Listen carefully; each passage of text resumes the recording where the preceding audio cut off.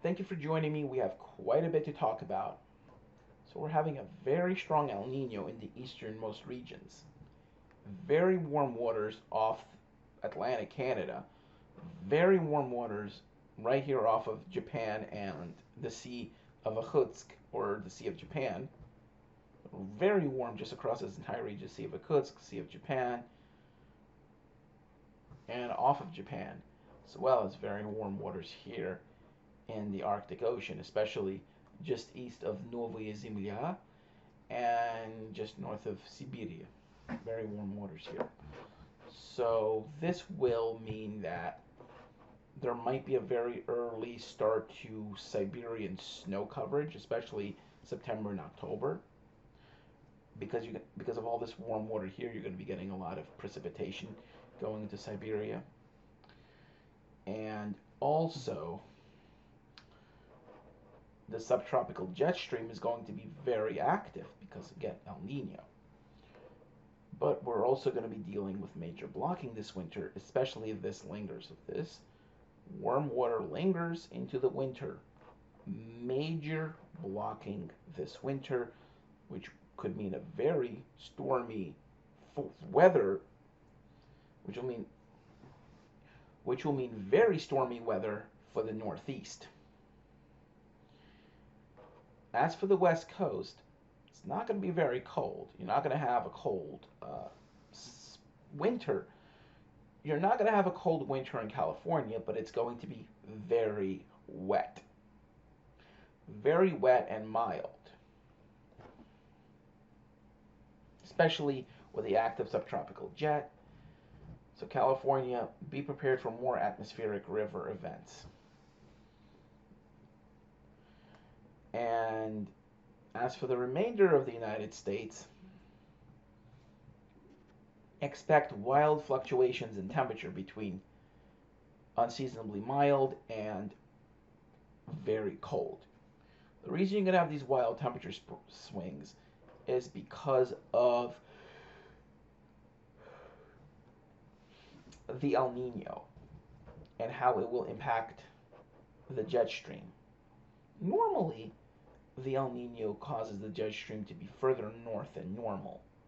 For example, in 2016, 2015, 2016 El Nino, you had very warm waters here, which normally supports colder and snowy weather on the East Coast. Even though you had a very negative AO, and the PDO was in its warm phase, you had this major ridge, but it only stayed in Canada. It didn't go down into the US like it would normally do because you had such an impact from El Nino, which was much stronger than this current one. However, if you have a moderate El Nino, weaker moderate El Nino, it would actually allow for the jet stream to dig further south, especially when you have blocking here. So, will this winter be colder and snowier than last winter? Some areas yes, some areas no. For the Northeast, it's definitely going to be stormier. I'm not going to say it's going to be colder, but stormier, yes. First of all, you're going to have the subtropical jet. Second, you're going to have blocking because of all this warm water here. You're going to have a Greenland block. So there's going to be potential for major bombogenesis from any coastal storm that forms from the subtropical jet interacting with the polar jet. But also, these storms would not be just zipping out of here. They're going to be stalling off the coast and working their way up, which means major snow potential exists for the I-95 corridor from DC up to Boston. Normally, I would say most of the snow would be New York City northward, but this time the mid-Atlantic and even parts of the South could be getting some snow this winter, especially if you get any Arctic outbreaks that interacts with the subtropical jet streams. So yes, there exists potential for several North Carolina snowstorms, some ice storms in the South, some major snowstorms, especially Boston, southward to DC. There could be several blockbuster storms. By several, I mean 1 to 3, depending on where you are. DC might get 1 or 2 good snowstorms. So my forecast for this is a preliminary forecast, so it's still subject to change. My preliminary forecast at this moment, 20 to 40 for DC, 20 to 40 for Baltimore, 30 to 50 for Philly, 40 to 60 for New York, and 60 to 80 for Boston. And inland areas would get more snow. So Scranton, Pennsylvania could see about 80 to 100 inches, 80 to 100 inches for Hartford and Windsor Locks. Albany will see about 30 to 50 inches of snow because you have less of an impact from the coastal storms. You'll be further north, so away from those coastal events. But there is still potential if you get some inland runners or storms that run right up the coast and give New York City rain. Boston, inland areas such as the Berkshires and Albany could get snow from that. So 30 to 50 right now is preliminary, but most likely will be more than that. As for Buffalo, the lake effect machine will still be active, so the South Towns, I'm predicting 80 to 120 inches for the winter. Nothing like what we had last year, but the lakes are very warm. So it will still be above average. I'm expecting above average snowfall for all areas along the Great Lakes because of abnormally warm waters in the Great Lakes. And the fact that we'll have potential for major cold air outbreaks because of blockings. There's going to be potential for some major lake effect events, especially for the Tug Hill Plateau and for South Towns. As for the West Coast, it's going to be wet and mild.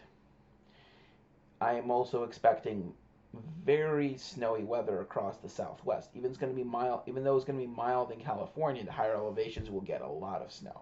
And there will be potential, because of this warm or mixed phase of the PDO, to get some cold air outbreaks into the Pacific Northwest. But I don't think it's going to be as prevalent as it normally is because of El-Nino. So it's just going to be really wet and mild across most of the West Coast. But a couple cold air outbreaks are possible. However, Colorado, New Mexico will get a good amount of snow. Again, I'm just going to repeat my forecast. 20 to 40 for DC, 20 to 40 for Baltimore, 30 to 50 for Philly, 40 to 60 for New York City, 60 to 80 for Boston for snow. And when do I expect the first snowfall to occur? And for DC, I believe it's going to be sometime late December, early January. Same for Baltimore. As for Philly, I expect the first snowfall to occur sometime end of December, early mid-December for New York City, and sometime late November for Boston. As for Buffalo and South Towns, sometime in November will be the first lake effect snow event. Same for Oswego, where I am. And for Oswego, I don't expect like major blockbuster snows, because when we get lake effect, it's usually not so bad. It's worse in eastern Oswego County, where you have more of you have the orographic uplift, you have the enhancement from the Tug Hill that will enhance the snowfall. But yes, Oswego will also get some potential for snowstorms from storms that will come out of the Gulf of Mexico. Because even though you're having very warm waters here, there's not going to be a continuous negative NAO.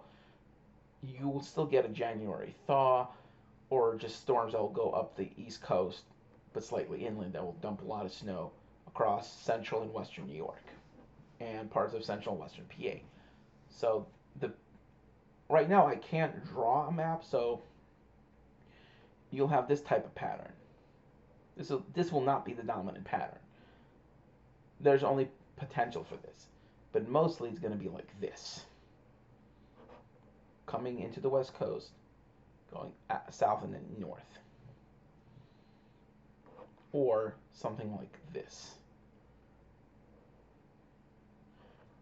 mainly because of this. Thank you for watching, and I will make another video in a couple weeks as it becomes more clear what the ocean is doing.